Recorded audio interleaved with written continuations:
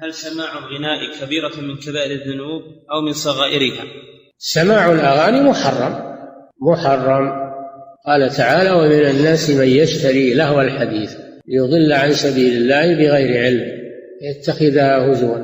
ولهو الحديث هو الغناء، كما فسره بذلك عبد الله بن مسعود وغيره من الصحابة، أن لهو الحديث هو الغناء.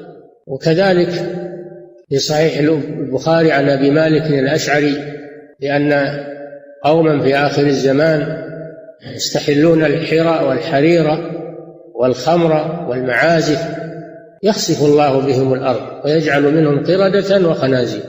يستحلون الحرى يعني الزنا، الحرى هو الفرج، والحرير معروف حرام على الرجال يلبسه ناس في آخر الزمان، والخمر معروف، والمعازف آلات اللهو من الموسيقى والطبول والمزامير.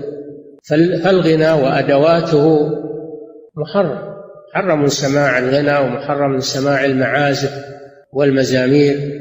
وهذا الوعيد أن الله يخسف بهم يدل على أن هذا كبيرة من كبائر الذنوب، لا سيما وأنه قرنه مع كبائر، قرنه مع الزنا، مع شرب الخمر، وهذه كبائر دل على أنه كبيرة.